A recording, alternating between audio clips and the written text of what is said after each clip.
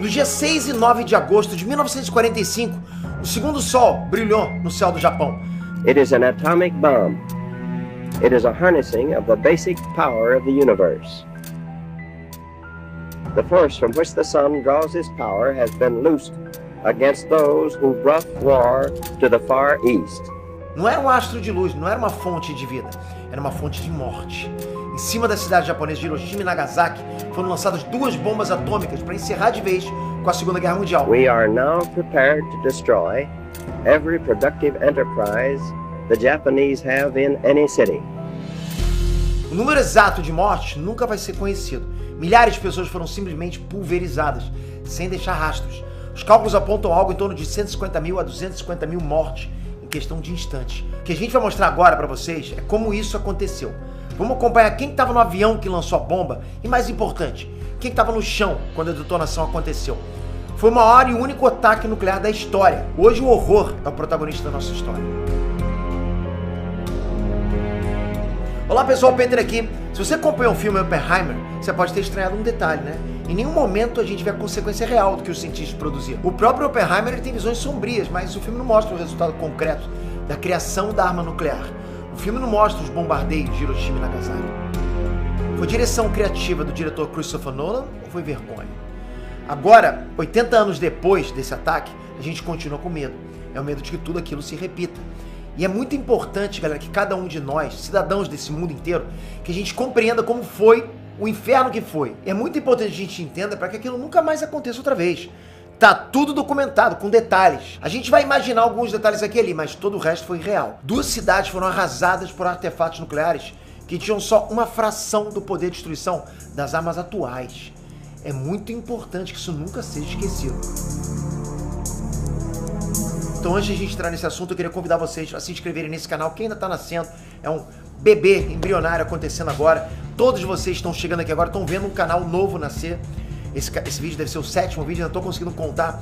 E é muito importante vocês aqui com a gente, acompanhando todos esses web documentários. A gente vai trazer histórias reais de pessoas, fatos reais que aconteceram na história, que marcaram uma geração. E às vezes histórias que ninguém conhece, mas que é legal pra caramba vocês conhecerem. Então conto com a presença de vocês, inscrito com o sininho. E também o comentário de vocês aqui embaixo, com dicas pro nosso próximo vídeo aqui nesse canal, Casos Reais. Vocês podem sugerir qualquer história aqui embaixo que a gente vai fazer um vídeo pra vocês. Obrigado, galera! Bom, vamos primeiro contextualizar um pouquinho os eventos. O que estava rolando em 1945? A gente tinha ali o finalzinho da Segunda Guerra Mundial. Né? Itália e Alemanha já tinham sido derrotados. O Japão era o único país que estava lutando e não aceitava uma rendição. Fazia parte da cultura japonesa, era parte deles, na cultura, estava enraizado no japonês. Ao mesmo tempo, a gente tinha o fato do Japão em si estar intacto. Nenhum soldado inimigo tinha pisado em território japonês ainda. O Japão tinha perdido terreno em lugares que ele já tinha invadido. Mas a pátria-mãe, né, por assim dizer, estava livre de inimigos. Os Estados Unidos estavam com superioridade militar no fronte do Pacífico. Essa vantagem iria aumentar agora que as forças de ocupação na Europa estavam sendo desmobilizadas. A Europa já tinha sido libertada do nazismo e do fascismo, então dava para chamar a maioria dos soldados de volta. Era praticamente garantido que os Estados Unidos iriam conseguir vencer o Japão. A grande pergunta na época era, a que custo? O cálculo dos militares era de que o exército japonês contava com mais de 2 milhões de homens.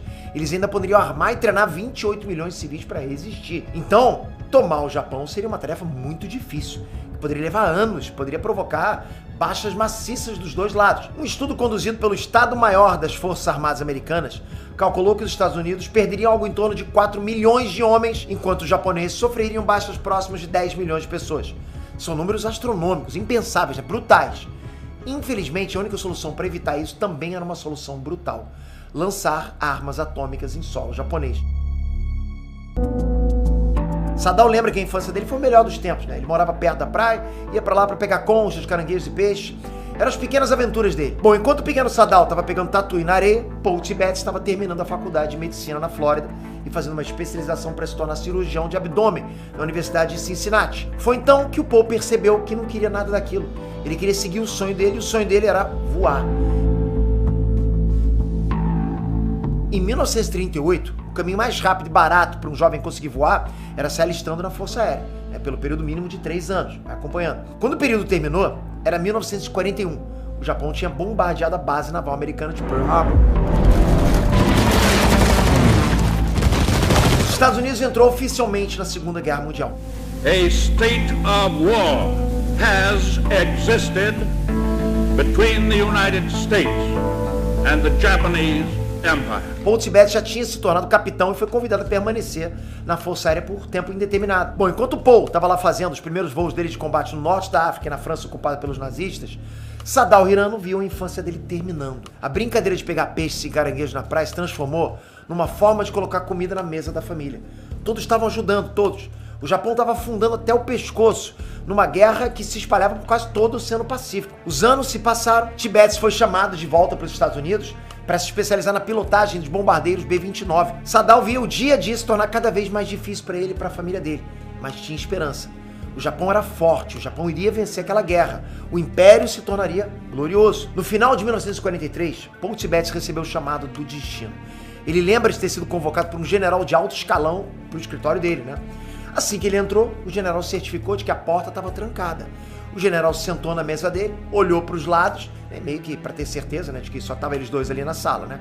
Foi então que o general falou com toda a calma do mundo que o Paul Tibbets poderia ser considerado um dos guardiões da bomba atômica agora. Naquele momento, naquele lugar, o Paul Tibbets não fazia a menor ideia do que o oficial superior dele estava falando, né? Tipo, como assim? Ele não entendeu o momento histórico, o que estava acontecendo ali. Ele lembra até hoje que ele sabia o que era um átomo, mas ele não tinha qualquer noção do que seria uma bomba atômica. Naquele instante, ele só conseguiu pensar numa coisa: encerrar a reunião e enfilar um rango na cantina. Em 26 de julho de 1945, tudo já estava alinhado. A bomba atômica já tinha sido testada em segredo 10 dias antes.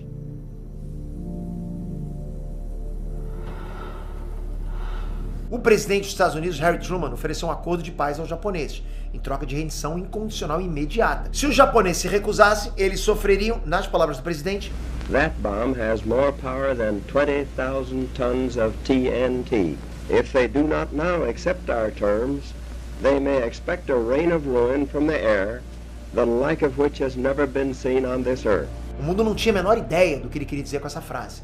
Uma promessa vazia, talvez, né? Tipo, cão que ladra não morre, será que é isso? Uma bravata? O imperador do Japão não se rendeu. O Japão estava preparado para pagar o preço e lutar até o fim. Sabe como é que é japonês quando bota na cabeça que vai defender o próprio terreno, né? Bom, em Hiroshima, Sadao ouvia as sirenes de bombardeio e se abrigava. Os americanos jogavam algumas bombas, mas também jogavam panfletos.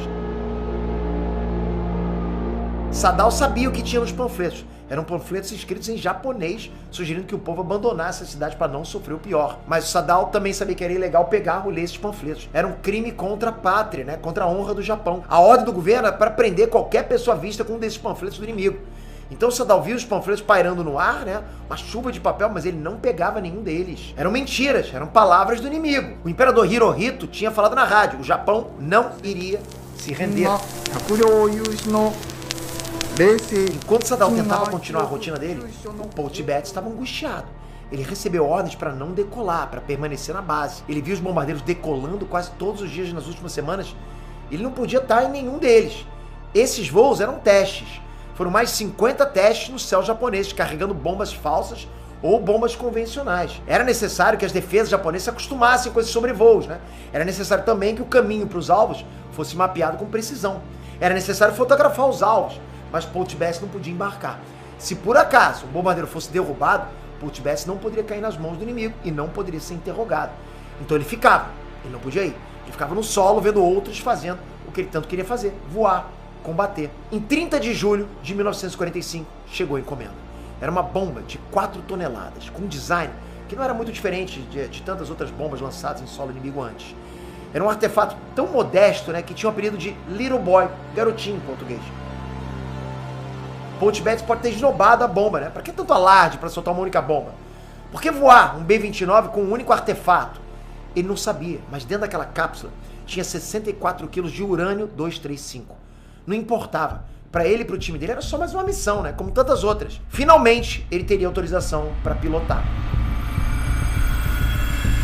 Bom, junto com a bomba Little Boy, que eles trouxeram, vieram também o comandante físico Francis Birch e o físico Harold Agnew, né? E surgiu um impasse. O Agnew classificou a bomba como extremamente insegura para decolar. Um acidente qualquer na decolagem, a bomba detonaria ali mesmo. Segundo o Agnew, Não tinha condições da bomba decolar armada. Ela precisava ser neutralizada de alguma forma. Por outro lado, a equipe a bordo teria condições de armar a bomba durante o voo? Foi o próprio Birch que resolveu o dilema. Ele removeu uma peça da bomba. Uma peça que deveria ser recolocada antes do lançamento. A arma mais perigosa já inventada até aquele momento estava pronta para ser transportada. Na madrugada do dia 6 de agosto, chegou a hora.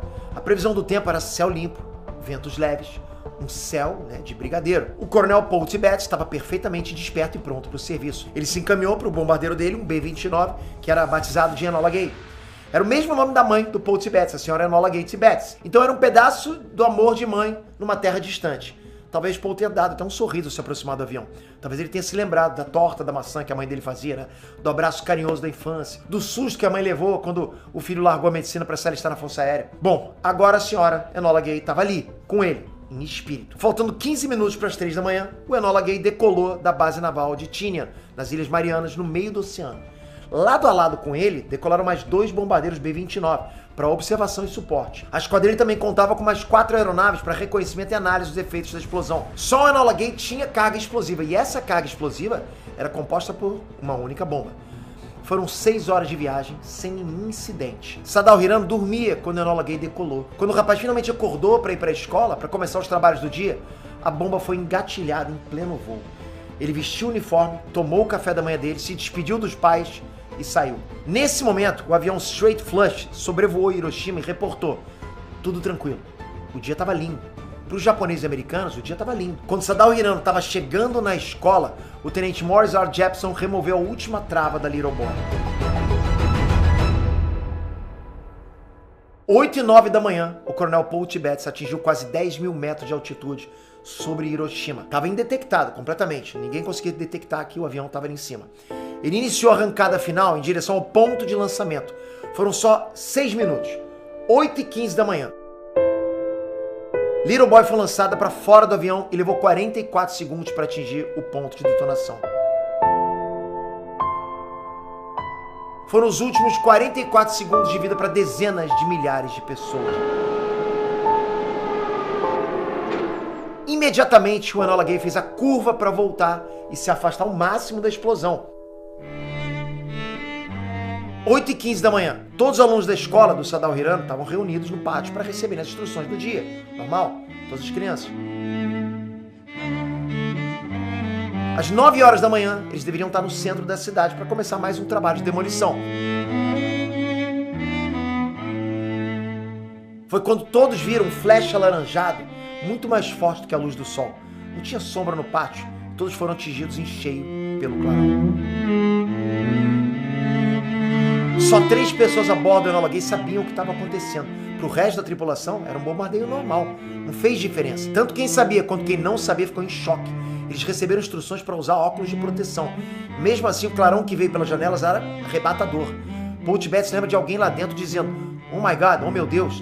Ele mesmo se lembra como algo aterrorizante, impossível de se acreditar. Todas as câmeras das outras aeronaves que deveriam registrar o momento simplesmente queimaram.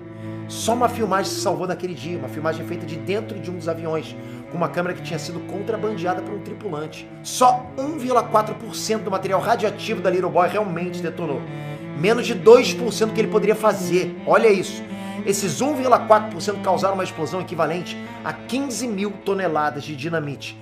Era 4 vezes o poder explosivo do maior bombardeio já registrado na Segunda Guerra Mundial. Era o poder nuclear. Era a primeira bomba atômica detonada num ato de guerra da história. Ela gerou temperaturas de 4.000 graus Celsius, num raio de quase 5 quilômetros. A explosão foi sentida por mais de 60 quilômetros de distância.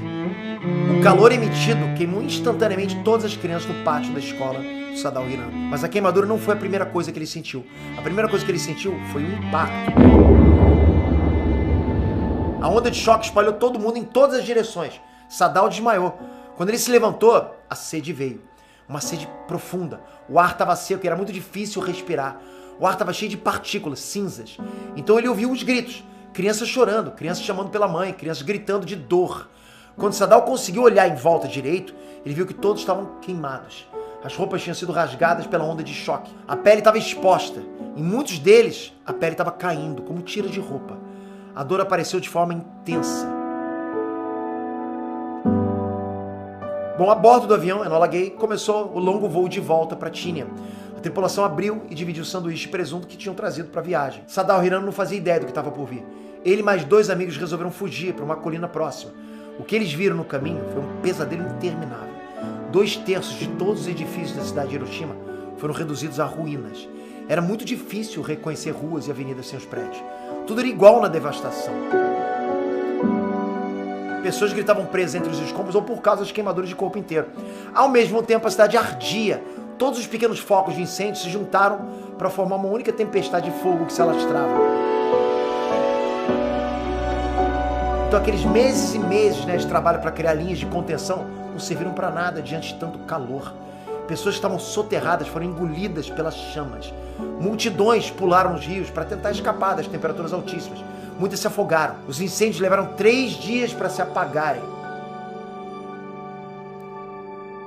Sadao e os amigos chegaram no abrigo antibombas que já estava lotado de pessoas. Entre 50 mil e 100 mil pessoas morreram no dia da explosão, nas primeiras horas. Dezenas de milhares morreriam, nos dias, semanas ou até meses seguintes, vítimas dos ferimentos ou vítimas do envenenamento radioativo. O coronel Paul Tibbets posou o Enola Gay de volta na base dele e ficou espantado. Centenas de pessoas estavam esperando na pista, comemorando.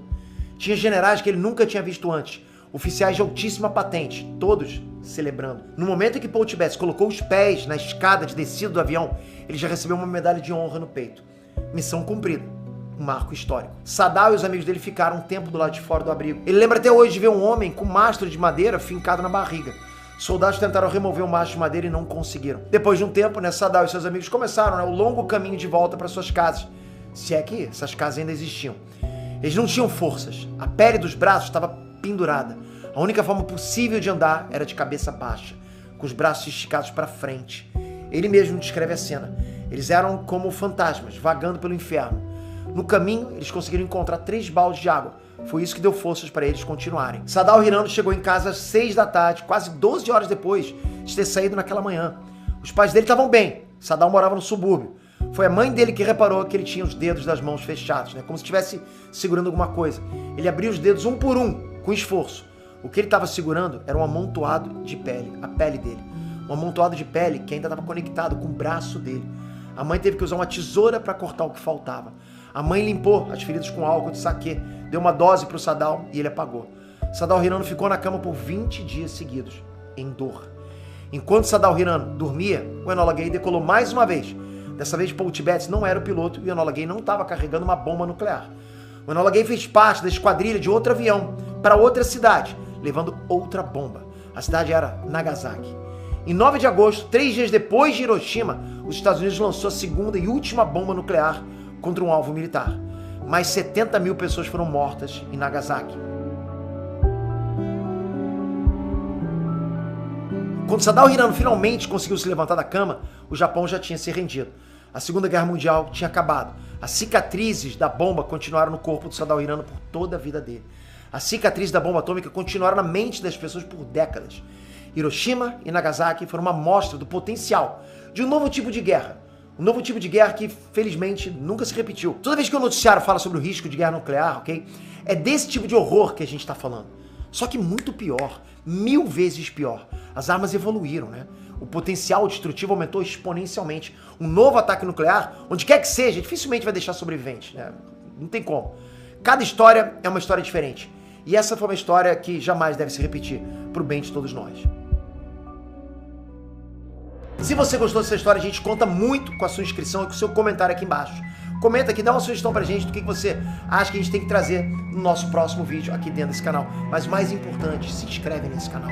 A gente precisa de todos vocês juntos nesse movimento, começando um canal de histórias bacanas para vocês entenderem, para vocês conhecerem a história, o que aconteceu, alguns casos isolados, alguns casos maiores, mas a gente quer trazer sempre detalhes para vocês sobre alguma coisa que não foi contada.